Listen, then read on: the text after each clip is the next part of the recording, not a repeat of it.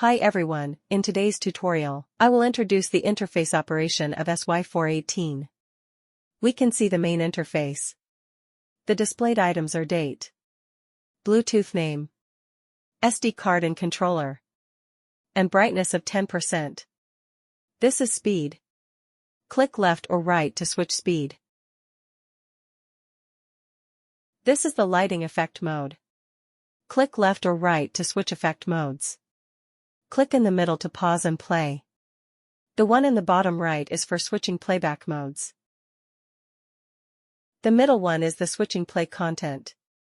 Normal is an SD card effect. Click to switch.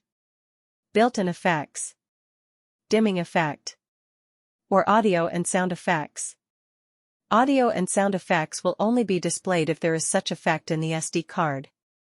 Click on Setting to enter the menu. We can switch the menu left and right to select the desired function.